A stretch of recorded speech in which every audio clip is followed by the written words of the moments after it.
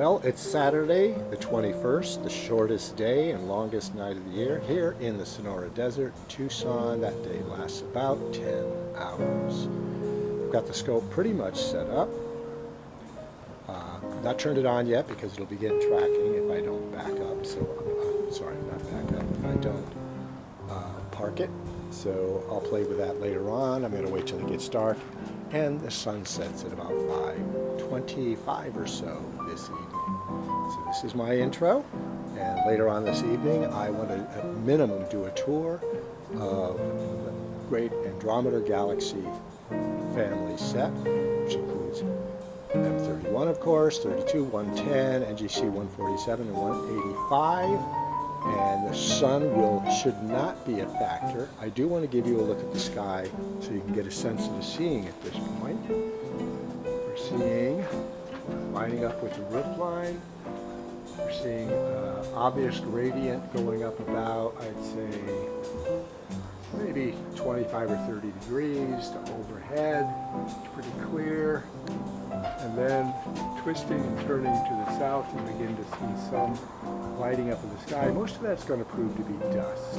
And that dust is going to be problematic because it's going to both block photons from distant studies as well as reflect Tucson's light, such as they are, mostly from homes, because Tucson itself publicly is a dark sky qualified site. So most of the light you'll see tonight is from businesses and homes, reflecting on the dust that is ever present in the Sonora Desert.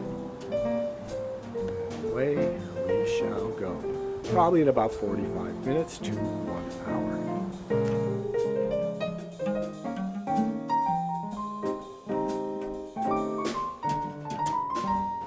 Our first image of the night is pretty obvious to those who know the skies. This is Messier 31.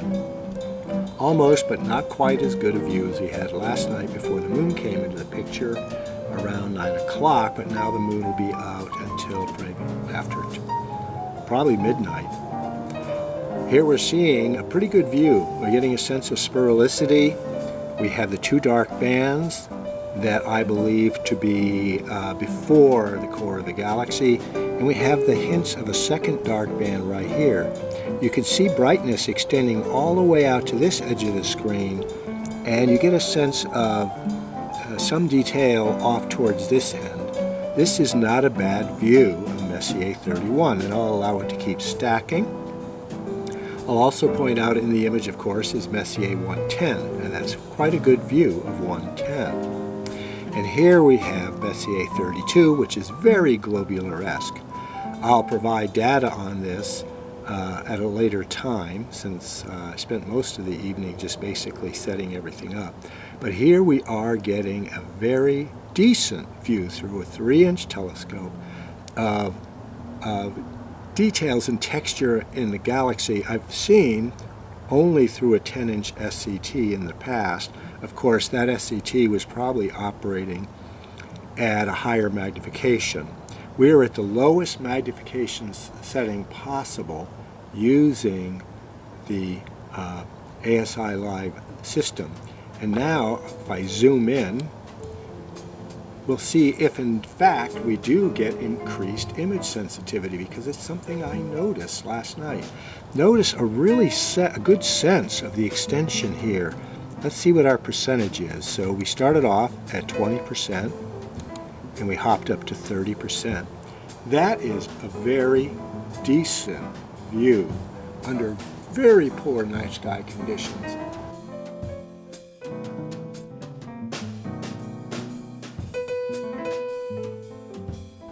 Whether dark adapted or not, I'm only seeing first and second magnitude stars in the sky.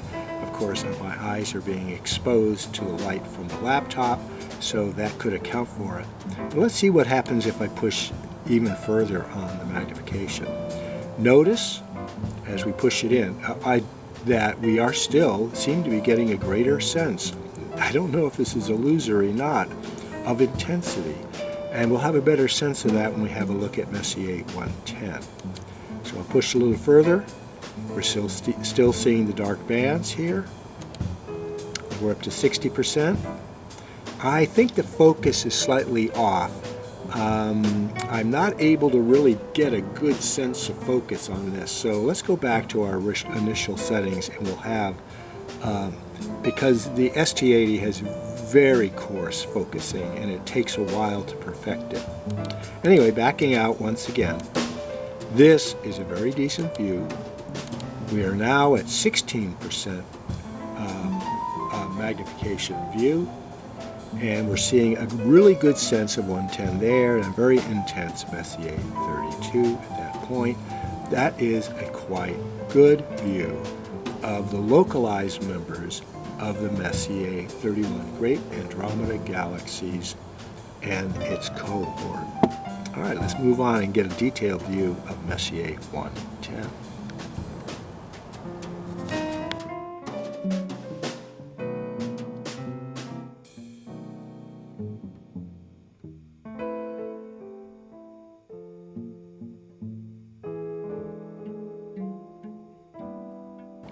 Okay, after switching over to Messier 110, basically the imager did not work the same way it did when I was viewing Messier 31, which you can see down below. It created a gray screen, so I had to start playing with the brightness and contrast settings, which I haven't played with before. If I change my contrast settings, you get a very dark feel, which is very pretty, but does not reveal much of Messier 110 or even Messier 31. If I push the contrast way up, that doesn't seem to improve it either. If I drop it back down, I'm going to drop it down to about 3 and then push the brightness up. We start to reveal the galaxy at about a setting of 0.8. We go up to 0.9. Let's just try to go to 1, and that should be a pretty decent view right there of a dark sky. So now we can see Messier 31 here with a couple of the dark bands. It's not showing as well as it did earlier in the screen, but I will note, despite my rough 3-star alignment this evening, that the study of Messier 110 did end up right about there in the field. Now we are seeing some extension to 110, and I've seen that probably better presented at times in the 6-inch using the Rev 2 system. But we're going to go ahead and push up the magnification. We're getting a pretty good sense of extension with the core of the galaxy, etc., etc. Stars are now starting to look a little bit fuzzy, so I'll drop it back down again to 30% gain. And that's a fairly decent, this is terrible night sky conditions, and we're getting a fairly decent view of Messier 110. And I'll try and see in the video tomorrow if I can find a previous decent image through the Rev 2 system and the 6-inch Skywatcher to compare it to.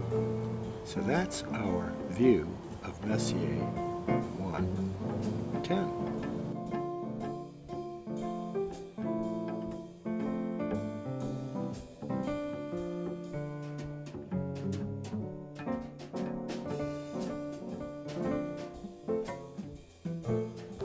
Clearly Messier 32 at about 6 by 8 arc minutes in size is worthy of some magnification.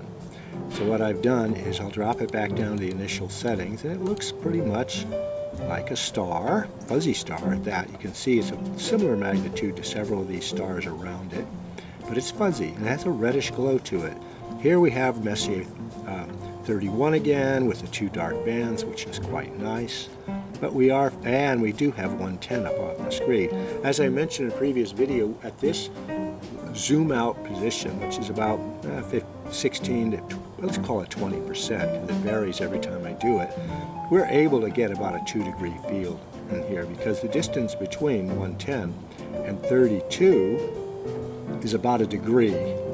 So at this particular magnification, at 16%, we could probably get at least another half a degree, if not more. Let's go ahead and do that zoom in once again with Messier 32. You can see we've also expanded this, but we've lost a little bit of focus. So things in the 8 arc minute size could be rather challenging, which is going to be interesting from the point of view of galaxies that are only 1 or 2 arc minutes in size that we may be looking up. Let's go on to NGC 147, a distant galaxy, a satellite galaxy of the great Andromeda galaxy, which is actually located in Cassiopeia and not Andromeda.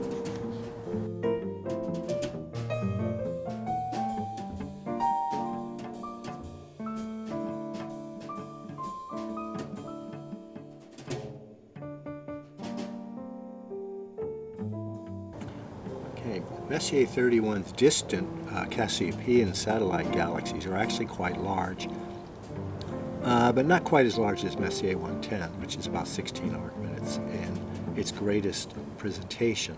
These are like somewhere in the 8 to 10 and 12 with different aspect ratios. But you can see NGC 147 right there on the screen vaguely.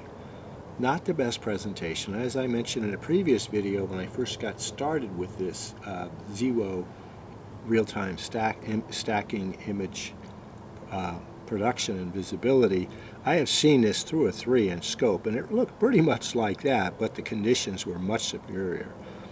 Stars to magnitude 6 could be seen in the region because it happened to be on a rim of Crater Lake in Oregon with the 3-inch scope, which probably added about, I would say, at least 3 magnitudes to what I'm seeing now in the night sky. Let's have a look now as we zoom in on this study and see if it brings it out any better. It kind of does make it a little more obvious. Let's see what we have in terms of, now we're up to 40%, which I don't want to push it beyond because of a lack of focus on the part of the scope, which has very, very rough focusing capabilities that are best used with an eyepiece in real time. So that is our view of NGC 147, a distant satellite galaxy of Messier 31, the great Andromeda galaxy, and which is our neighbor in space and eventually will join the Milky Way in a cosmic marriage in about 3 billion years.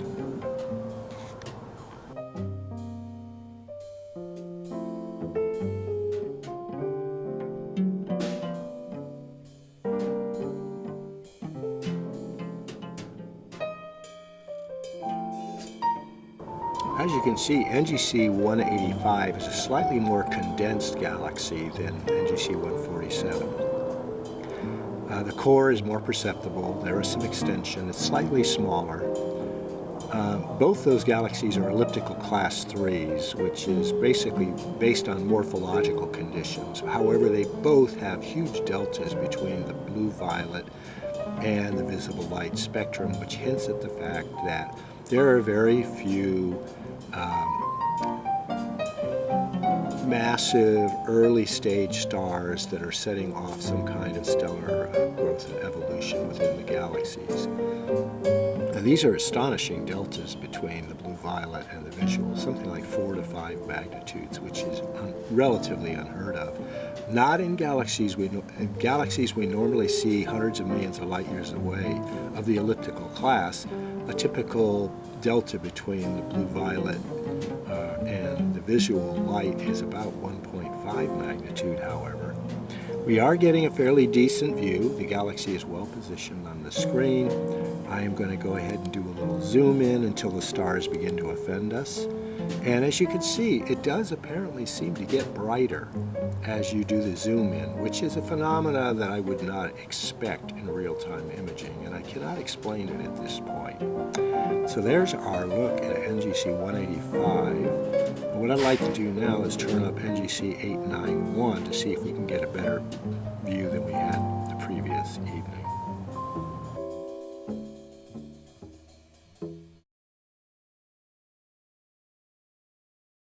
Really enjoying over here on the right hand side of the screen. It gives you a sense of the distribution of various frequencies of light.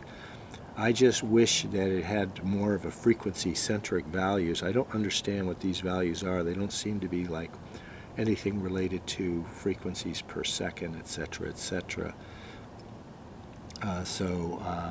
It's called the historicity, and I am not sure how to use that in the future, but I'll have to look into it.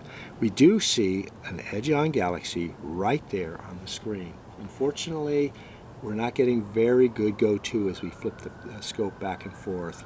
That's got to be at least 15 arc minutes between those 2 points, possibly as much as 25 or 30.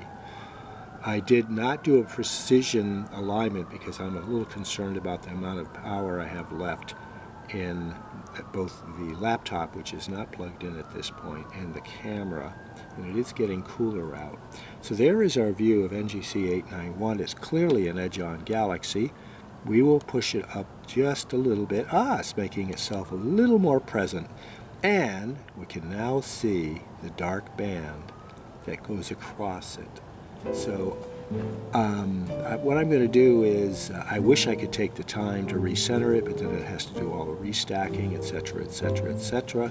This is not a comparable view to the better ones I've gotten through the Rev 2 system and the 6-inch scope, but once again I reiterate, this is not a particularly good sky, and it is being illuminated by commercial and local housing, but this is definitely a better view of NGC 891 than we got the previous evening.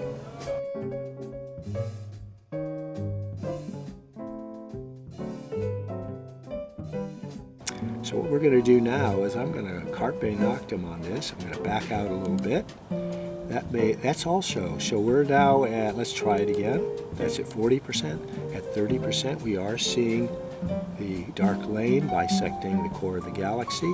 As I mentioned previously, NGC 891 is very similar to our own. It's like a galactic twin of our own, maybe a little larger. Ours is about 90,000 light years of diameter. This is about 100,000 light years in diameter, but they have the same basic specification in terms of morphology, and I'm not sure in terms of color deltas and frequency deltas, but I don't even know if I can get that data on our own galaxy.